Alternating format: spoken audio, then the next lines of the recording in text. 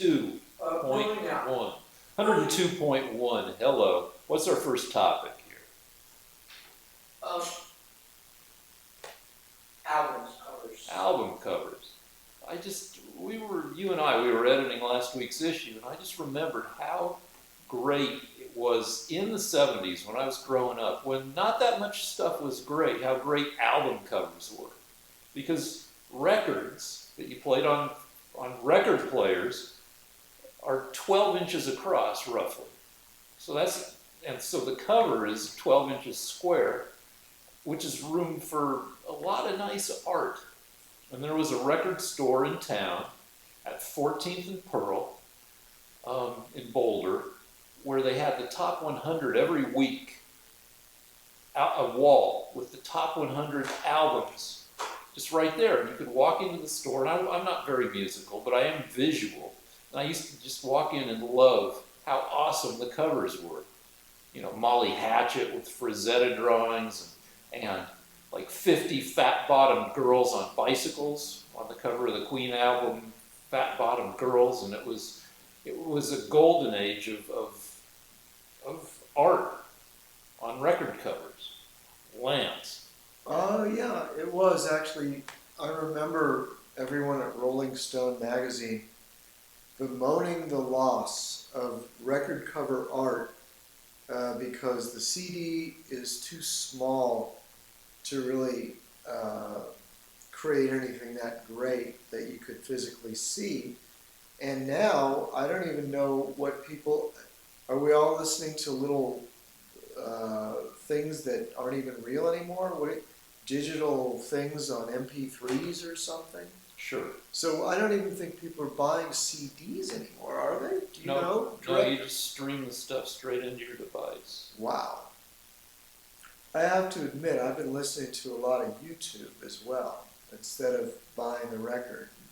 I feel bad, but they do have a deal with YouTube that they're supposed to get paid for plays, but I hear they get paid almost nothing. So I don't know what the solution is for our friends, the musicians. Well, do you think there's a loss of the visual in general? Because we don't look at still art much anymore. Everything we look at is streaming in some way. Well, there's a loss of a couple of things. The destruction of statues in the United States indicates two losses. Number one, it's an inability to understand historical context. So we're judging people from 200 years ago based on values that we have today, which has never been done before. People understood that things were different in other periods of history. And the second thing is... Wait, can I counter that for a second? Well, let me just finish my second point, because there's only 2 points. I'm not going to do a run-on of 50 points. My second point is that we're losing respect for the visual because I got in an argument recently with a guy, and I said to him, I wouldn't care if there was a statue of Hitler if it was a great statue. I mean, I wouldn't mind owning it. I wouldn't put it, next to a synagogue, but I wouldn't destroy it because I like statues. And people today are like, they don't understand that even if you don't like the statue of even if you don't like the historical figure. Yeah, but Hitler, come on, Hitler. If I had a statue in here, in this studio, done by some of the better Nazi artists, I would love it. Because it's a beautiful, they had a few good ones. They did have a few good portraits of Hitler. Sure, but fucking Hitler. Well, I'm not saying that I would erect it on the Washington Mall next to Lincoln. No. Or Lincoln's not on the Washington Mall, is he? Anyway, I'm just saying that I like statues. I don't care who they depict. And so that's an extreme example. But my point is, for a person to take a sledgehammer to a statue, that shows me that that person is an animal. Well, that's not what most people want to do. Most people want to take the statue down and not give it a place of honor in a town square. But a couple points. One is, I've done a lot of not paying any attention to statues. My town had I believe, some kind of Civil War statue in the front of town hall when I was growing up, and I have no idea. I think it was some guy wearing like a Union Army uniform, but I don't remember it at all. I never stopped to really look at it and admire the artistic talents that were reflected. It was just a statue. Who gave a crap? Two, I do know a guy who collected spittoons. A spittoon is when a lot of people were chewing tobacco in the 19th century. You needed a place to spit your tobacco juice. Those were spittoons, and this guy collected various spittoons. And that guy actually had a Hitler from World War II, where you would spit into. It was made out of porcelain, and it was intended that you would spit into Hitler's open mouth. And I actually thought that was pretty cool, because you're spitting into Hitler. Okay. Which is, the right thing to do. Well, I think that, recently they have been getting rid of statues of Thomas Jefferson. They're trying to get rid of the statue of Thomas Jefferson. They changed the name of the Washington Colonials because Colonials is offensive. All right, here's what you do. Here's what you frickin' do. You get in your time machine, and you go back and you talk to Washington, and you say, look, dude, you're going to be venerated for centuries, but you're also going to, you own slaves. It's time to, just for the sake of the 21st century, to get rid of your slaves. And you go to Jefferson and you say, just marry the woman. I know it's weird that nobody marries slaves now, but we're from the year, they won't invent time travel till like, I don't know, 2038, but we're from 2038, and you need to, fix this, because it's really fucking up history. Well, I think that the question was, do people appreciate the visual anymore? And my argument is, they don't appreciate history, they don't appreciate art, they don't appreciate, well, for example, I think we've had this discussion, but most of the people I know have been watching porn since they were 7 years old. So there's a lot of things that have changed that have coarsened Americans. You mean younger people, now that porn is readily available? Yeah, they're all watching it. So, what our best efforts to hide it from them have failed. So there are a lot of things that young people today think that we didn't understand before. Yeah, well, and there's a lot of things that they've lost. They have strong.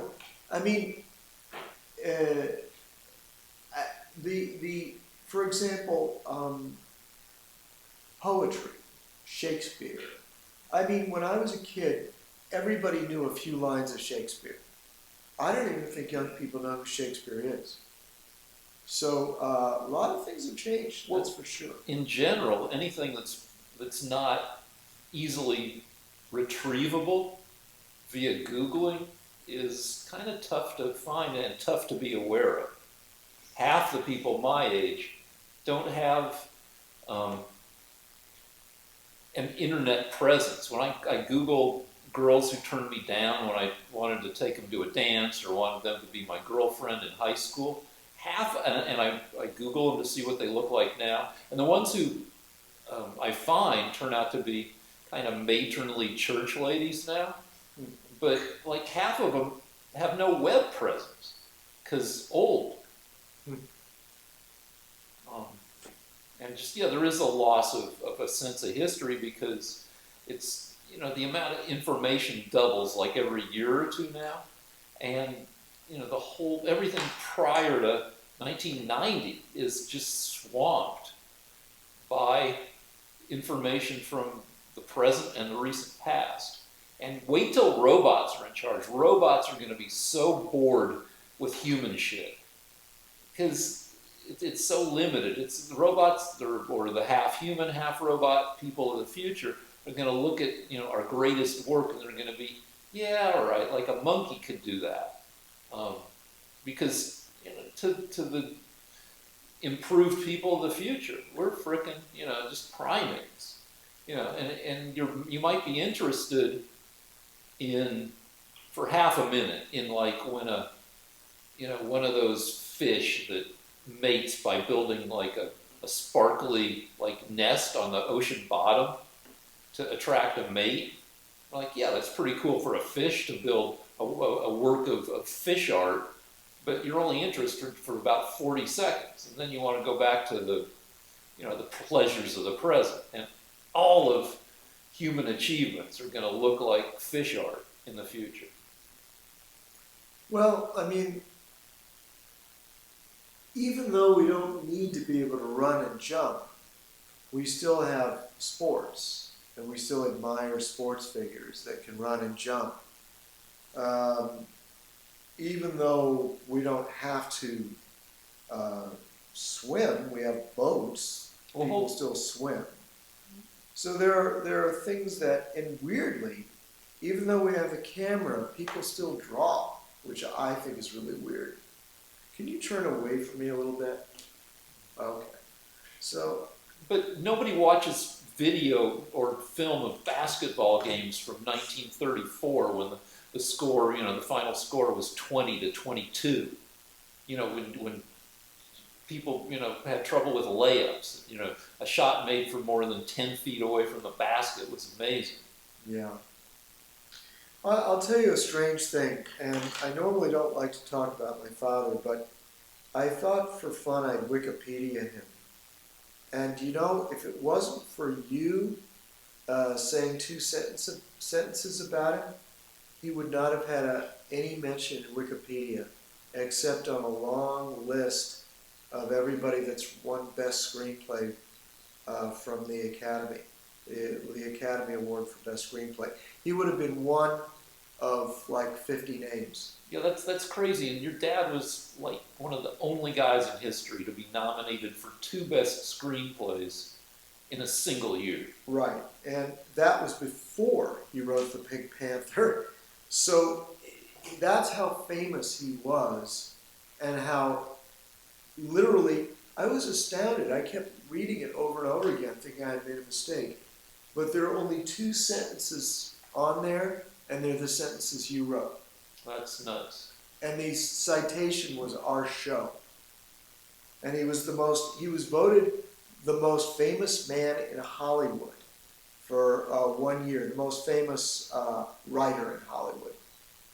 So, wow, imagine that. In our lifetime, somebody that was the most famous writer in Hollywood doesn't even warrant 2 sentences on Wikipedia. Think about that. Does that elicit any kind of philosophies for life plans about, famous fleeting or, the times we live? Well, I never really understood it. I never understood the meaning of the phrase, but now I do. Like that, when they say famous fleeting, I guess that's what they're talking about. 1 generation and you're gone. All right, so to move on, we saluted album covers. Now I want to salute the post office, which I just think is the most frickin' amazing thing.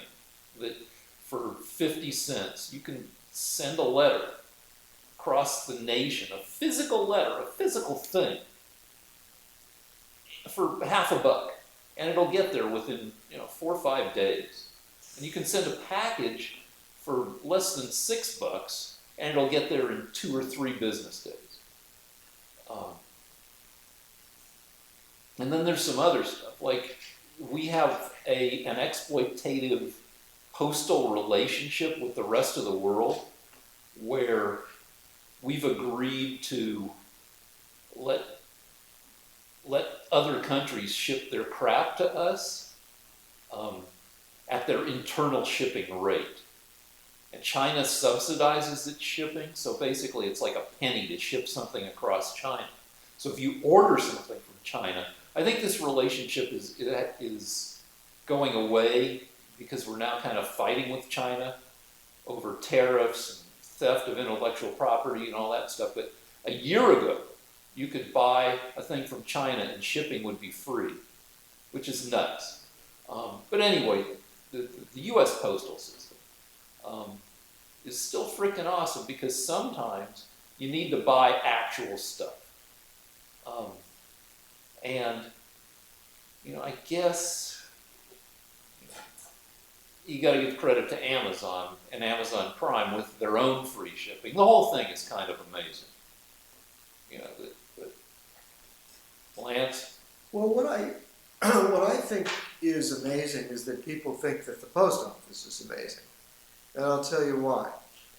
Because the post office used to be a vitally important part of American government. And part of being a successful country meant that you could get messages across your country. So it was assumed that the post office would be efficient and affordable.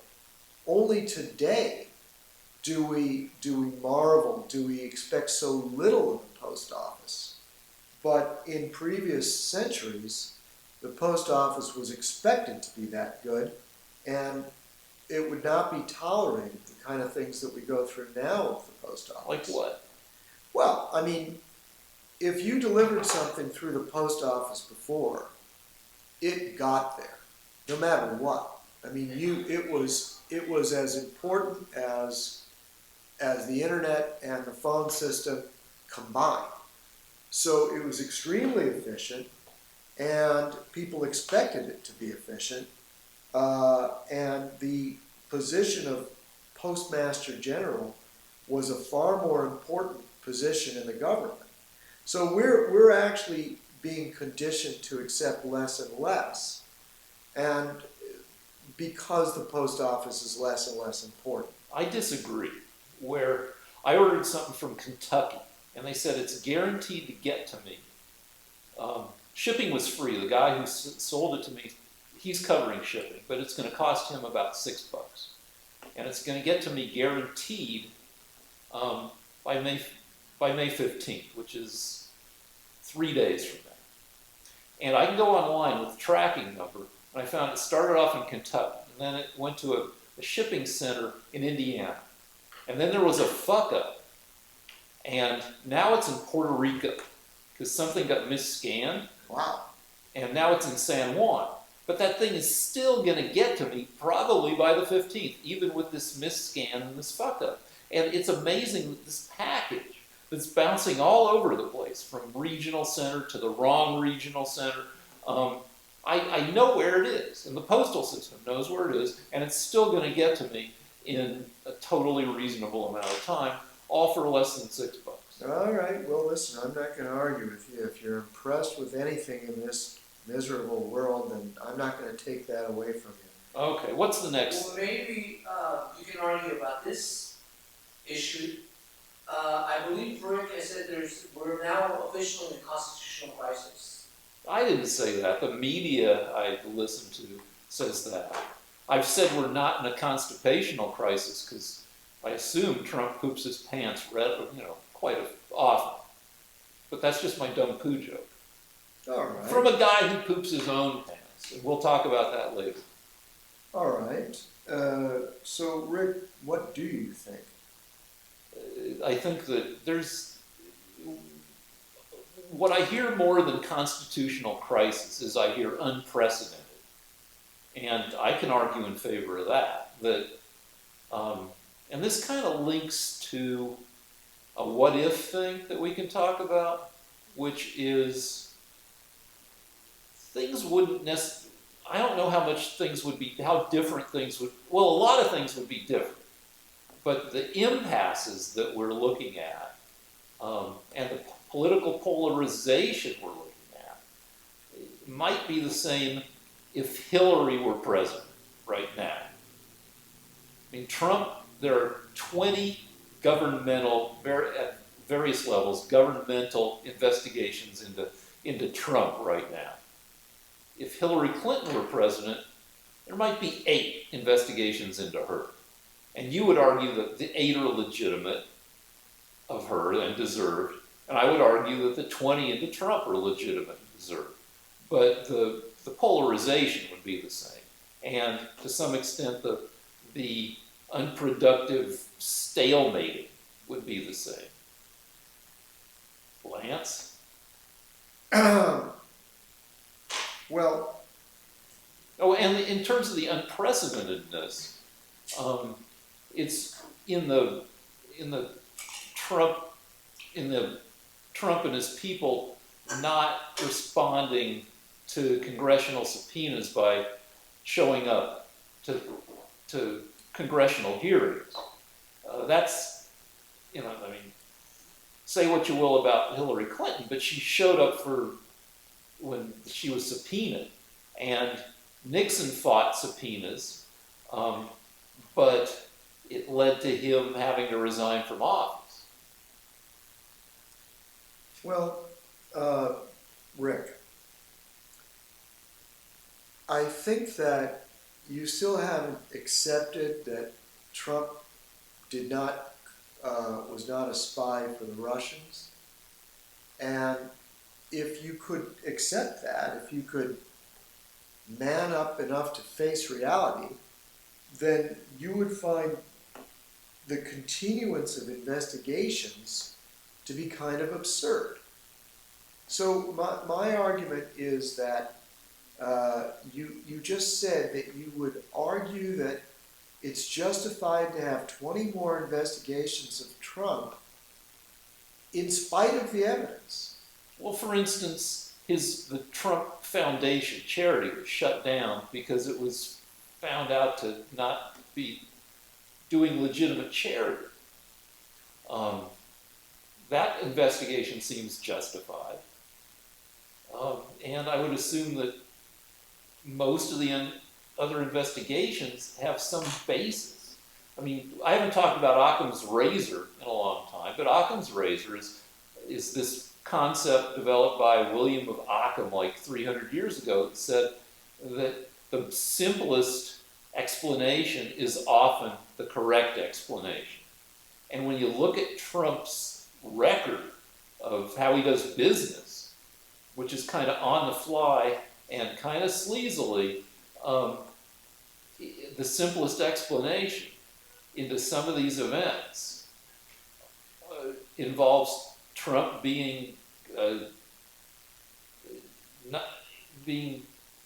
taking shortcuts that may be unethical. Can you give us specific examples?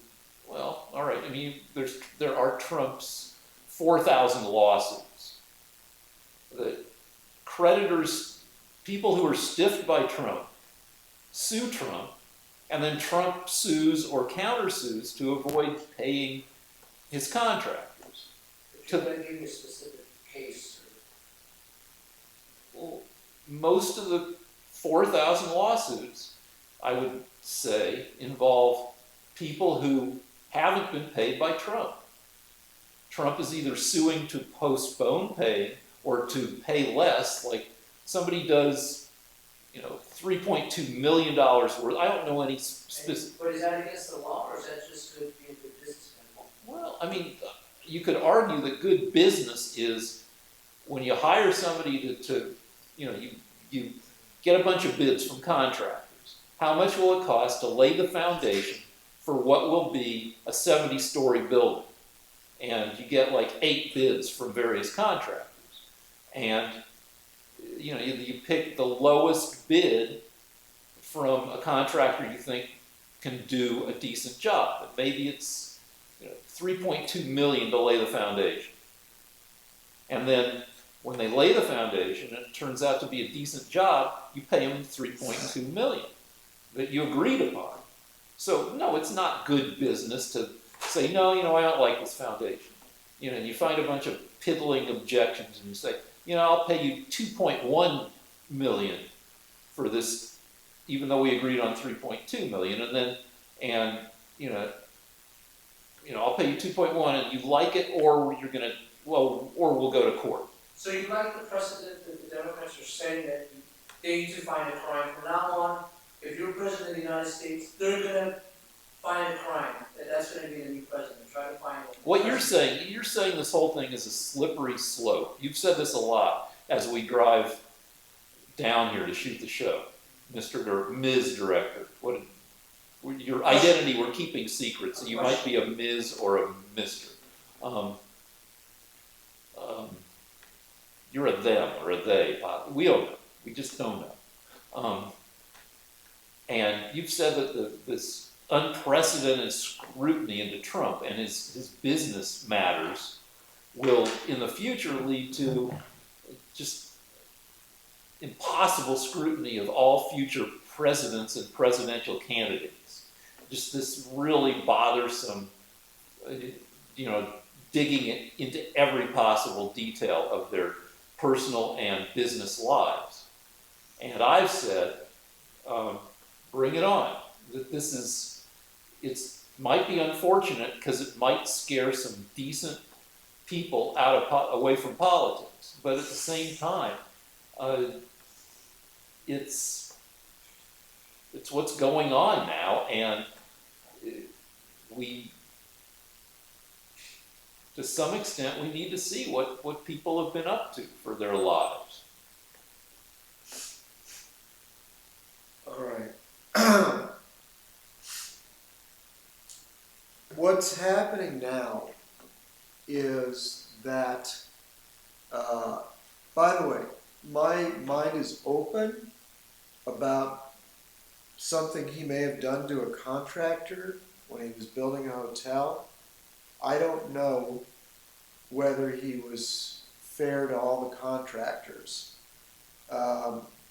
Maybe some of them have a case, but it's not really a national issue to me.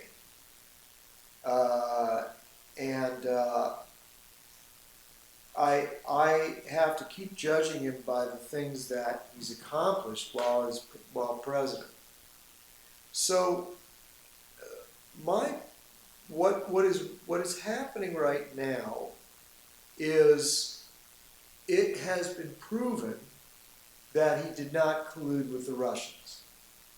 So, what the Senate is doing and what Barr is doing is finding out, okay, for 2 years, the Democrats told us that Trump was a Russian spy, and now that turns out to have been a lie. And so what we have to find out is, how did this get started, and can we prosecute these people for an outrageous slander on the president? And so it's going to turn around. The investigation of Trump is over, but the investigation of the Democrats and the Obama administration has just begun. Over the next 2 years, we're going to find out if the people you voted for were using the CIA and the FBI to harass their political opponents. And we already know that they did that. Well, this is all the two ideas that this was an unjustified harassment and that it's been proven that he didn't collude are, to some extent, to a great extent, spin from conservative media. You have to let him finish his thought. Okay, okay, go. No, actually, this is fascinating to me. Because for 2 years, I would say to Rick, do you think Trump's a Russian spy? And I would say, wait, I wouldn't know, because that's And not then- the right and then- framing and of it, then but I Rick- would, but Rick what you're would getting say- at is I'd say wait and see. Rick would say, wait and see, because he wasn't wise enough to say, no, I don't think so. And now that the Mueller report is out, it's proven that Rick was wrong, Well, it's and that the kinda Democrats were lying. Rick is now holding on to something without any evidence whatsoever. a lot of the most extreme accusations that of governmental entities. And I don't think I ever said that he did. But what still is possible is entanglement, including money laundering, with oligarchs. No, that was, oligarchs are part of that evaluation, Rick. No. Yeah. He was not shown to have any entanglement with the Russian government, and none of his people were.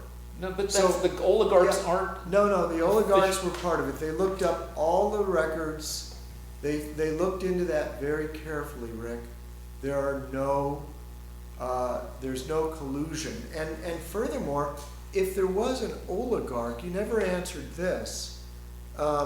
If the oligarch is not part of the Russian government, then he still is not entangled with the Russian government. In other words, if he was doing business with someone in Russia, that still wouldn't make him a tool of Putin, Rick. So it doesn't answer the question. Well, if he's doing business with people who are, I mean, in a kleptocracy, which Russia is, you agree that Russia to some extent is a kleptocracy, that much of the nation's wealth was kind of semi-confiscated by Putin and his friends. Okay. And so if you're a friend of Putin and you're a billionaire, right, you're not an official arm of the Russian government, but the Mueller investigation would have made that clear. Okay? Maybe. No. The Mueller investigation isn't playing games with someone in a studio in Torrance. The Mueller investigation would have said, well, there are these oligarchs that are tied up with Putin that did do business with Trump, and therefore there was collusion. But they didn't say that, Rick. Yeah, but they did not say it either. Yeah, they said no one involved with the Trump campaign or Trump's family had any unethical behavior with anybody associated with the Russian government. Yeah, but that still leaves big gaps for financial. But all right, this actually it doesn't, Rick, because they would have pointed that out then. They would have said, however, there are oligarchs that he colluded with. So what's happening is you're grabbing at straws. No, but it's the same shit I've been saying the whole time, and I'm so what's by the way, I just want to say something personally about you that I finally figured out after debating with you for a year and a half. You actually have been coming in here every week not knowing what's going on in any respect. And I was trying to figure out, how are you doing it? Why would a man with your intellect be doing this? Well, because that's how we set up the show. Hold on, that's how we set up the show, that we're not going to do a bunch of homework. Let me finish showing my point. What you're doing is, you think that you're smart enough that by arguing carefully, you can somehow come out of this okay, even though you really don't know what's happening. No, wait. Now you're ascribing motives to me that aren't right. No. Hold on. Let me say what my motive is. Yeah, my motive is I'm fucking lazy, and I set up this project so we don't have to do a bunch of homework. So yeah, I'm gonna be underinformed. But you listen to and argue about during the week, and I've said this a bunch, and I'll stand by it, that your eyes and hands are devoted to your art 10 hours a day or more. But your ears are free to absorb conservative podcasts. Then how do you know I'm wrong? But anyway, wait, I wanted to finish something. You've made that point a number of times. Yeah. This is what happened this week. This week in the news, evidence was found that the State Department knew that the dossier was false. Did you know that? Did you hear anything about that in your media? No. I don't know, but So I do know the Mueller. Don't change. Hold on, it's the same fucking subject. the Mueller report substantiated parts of the dossier. Okay, listen to me carefully. What happened was, the writer of the dossier, Michael Steele. Michael Steele, had a meeting at the State Department before the election. And he was trying to convince the State Department to release the dossier that he'd written. And the woman at the State Department meeting with him knew that he was lying. And here's just an example of one of the Knew that he reasons. was lying how? That the dossier was false. Yeah, but I'll give you an example. Hold on, Michael Steele has been quoted as saying, Christopher Steele. Christopher Steele has been quoted as saying that he believes the dossier is 85 to 90% accurate. No, actually, in a court of law in Britain, he said he had no idea if any of it was accurate. Okay, but Christopher So- Steele was never going around saying that he knew for sure that it was all true. Well, but Rick, He never claimed that the whole thing was true. He said, "This is what I've gathered with." But he said, "I mean, it's." can I finish my point, Yeah. Rick? Look, you really, honestly, you gotta let me finish my point. Okay, all right. Okay. So, because people need to hear the news. So what happened was this, an example, within an hour of the meeting, the person at the State Department knew that he was lying.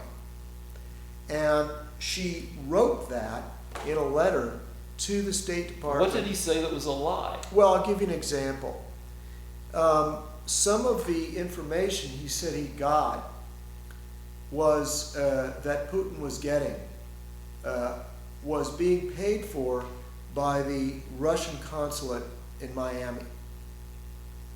Now, the person at the State Department said there actually is no Russian consulate in Miami. So that's the level of mistakes that are in the dossier that you believe in. And so what happened was, she wrote a letter to the heads of the State Department and to the FBI saying, this dossier is full of shit. It's absolutely wrong. None of this can be taken seriously. And by the way, Bruce Orr, the number 4 man at the Justice Department, also said the same thing. And both parties sent this information to the FBI, and the FBI went ahead and got a warrant to surveil Trump anyway. All right, so On the basis of the dossier, as per testimony from Andrew McCabe, number 2, and the FBI. all right, so at So this point, wait. So the number 2 man at the FBI said, we used the dossier to get a warrant to surveil Trump and to put spies in his campaign. And now it turns out that we have documents from the State Department and the Justice Department that they knew that the dossier was a fraud. all right, at this point, I need a break from the pose. Okay. And we can look up the new information. All right. Ow, ow, ow.